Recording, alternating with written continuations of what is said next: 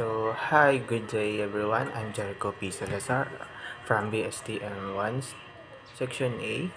And now, for today's videos, we talking about Philippine Tourism Act of 2009 or Republic Act 9593.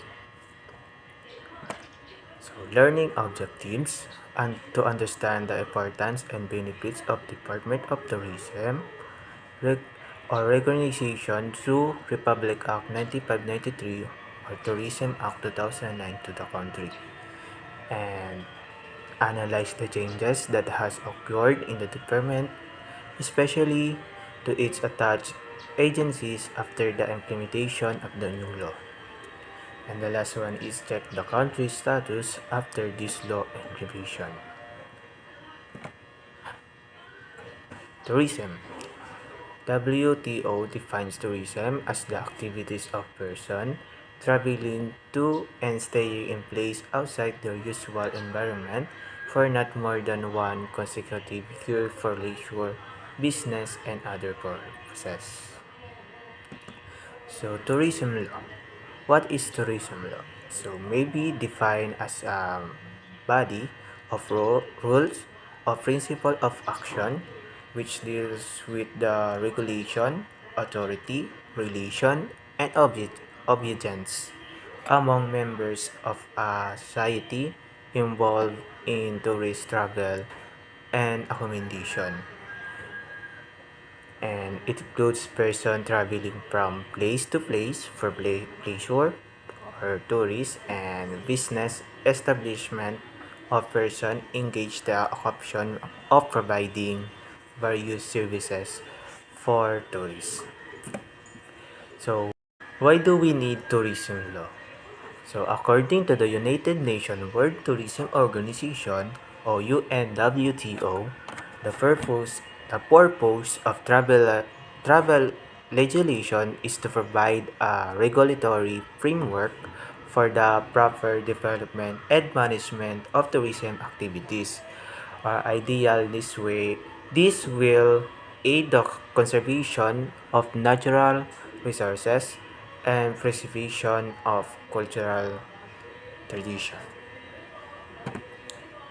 So, why is there a need to study a tourism law? We have some four reasons. Number one is to protect the rights of travelers and tourism workers. The second one is to preserve tourist resources where future generations can enjoy. And the third one is to provide better tourist services. And the last one is to promote growth of the tourism industry. So, we have here Republic Act 9593 background. Approved by former President Gloria Macapagal Arroyo, May on 12, 2009, and published in the official Gazette on July 13, 2009. And approved by Congress as Senate Bill 2213, House Bill 5929, entitled An Act Declaring a National Policy for Tourism as an Engine of Investment, Employment, Growth, and National Development, and strengthening that its attached agencies to effectively implement the policy. So, IRR was signed on November 10, 2009 and published November 12, 2009, and signed by former President during the One Visayas Summit on Climate Change and off the ground. Okay. Signed by the former President during the One Visayas Summit on Climate Change at Imperial Palace, Cebu City. Tourism Act of 2009 declared policy tourism is an indispensable element of national economy and industry of national interest and importance harnessed as an engine of social economic growth, cultural affirmation to generate investment, foreign exchange, employment, and to mold national pride. So, strengthens and the Department of Tourism or DOT and its touch agencies to effectively and efficiently implement that policy and appropriate funds therefore. So, DOT, the Department of Tourism, so primary planning, programming, coordinating, and implementing regulatory agency in the development and promotion of the tourism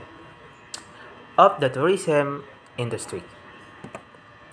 So after Republic Act 1995-93, Department of Tourism will be empowered to strengthen the different agencies attached to in order to more efficiently and effectively coordinate the function and resources of government for tourism promotion and development programs as well as eliminate overlaps of functions given a bigger jet engine to make our tourism industry very globally competitive as the law allows the settings up of a system and of accreditation standards, settings, and classification to make a tourism industry globally competitive from Secretary Ace Duranino.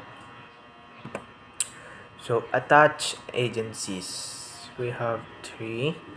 So, from PTA to TIANSA, and from PCVC to TB to TPB, and from DFP to DFPC. So let's go to TIANSA. So Tourism Infrastructure and Enterprise Zone Authority, also known TIANSA. So the Tourism Infrastructure and Enterprise Zone Authority, or TESA, a government corporation, was created by virtue of Republic Act No. 9593 or the Tourism Act of 2009 on May 12, 2009, replacing the Philippines. So Tourism Authority PTA, a corporate body regulate and supervise TECUS as well develop, manage, and supervise tourism infra- infrastructure project in the country. So 50% of the proceeds of traveler tax and reasonable share from the collection of the Office of Resources Generation. So let's go to TPB as also known Tourism Promotion Board. Ah, Tourism Promotion Board TPP. The Tourism Promotion Board or TPB exists to market out and promote the Philippines domestically and internationally as a world-class tourism and MICE destination in strategic partnership with private and public stakeholders to deliver unique high-value experience for visitors, significantly contributing to increase arrival receipts and investment to the country. So 70% of the 50% income of the TFPC, at least 25% of the 50% share of the NG and Pagoor remittance remittance at least 25% of the NG share in the remittance from airport and seaports. So, and special contingencies found 10% of the allocation promotion shall be set aside for emergencies. Let's go to Duty Free Philippines Corporation or DFPC. The DFPC shall be a body corporate to operate the duty and the tax free merchandising system in the Philippines to augment the service facilities for tourists and to generate foreign exchange and revenue for the government as established by department under Executive Order number 46. What is the effect if there is no tourism law? Our country might be exposed in any act of terrorism. We will not forget what happened during the December 30, 2000 light railway terrorist attack, also known as the Rizal Day. Attack where many have died and 100 victims injured. Our country might be exposed in any acts of terrorism. So that's all. Thank you for listening.